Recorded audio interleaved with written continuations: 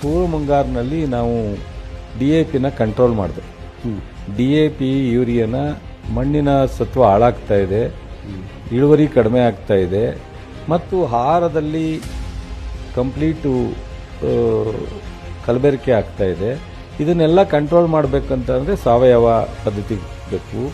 So ಇವತ್ತು ಸುಭಾಷ್ ಪಾಳೇಕರ್ ಪದ್ಧತಿಯನ್ನು ನಾವು ಅನುಸರಿಸಬೇಕು. ಹಿಂದೆ ಈ ಹಸಿರು ಕ್ರಾಂತಿ ಆದಾಗ ನಾವು ಎಲ್ಲಿ ಫುಡ್ಡು ಕಡಿಮೆ ಆಯಿತೋ ಅವಾಗ ಅದನ್ನು ಬೆಳಿಲಿಕ್ಕೋಸ್ಕರ ಈ ಫರ್ಟಿಲೈಸರ್ಸ್ನ ಇಂಟ್ರೊಡ್ಯೂಸ್ ಮಾಡಿದ್ವಿ.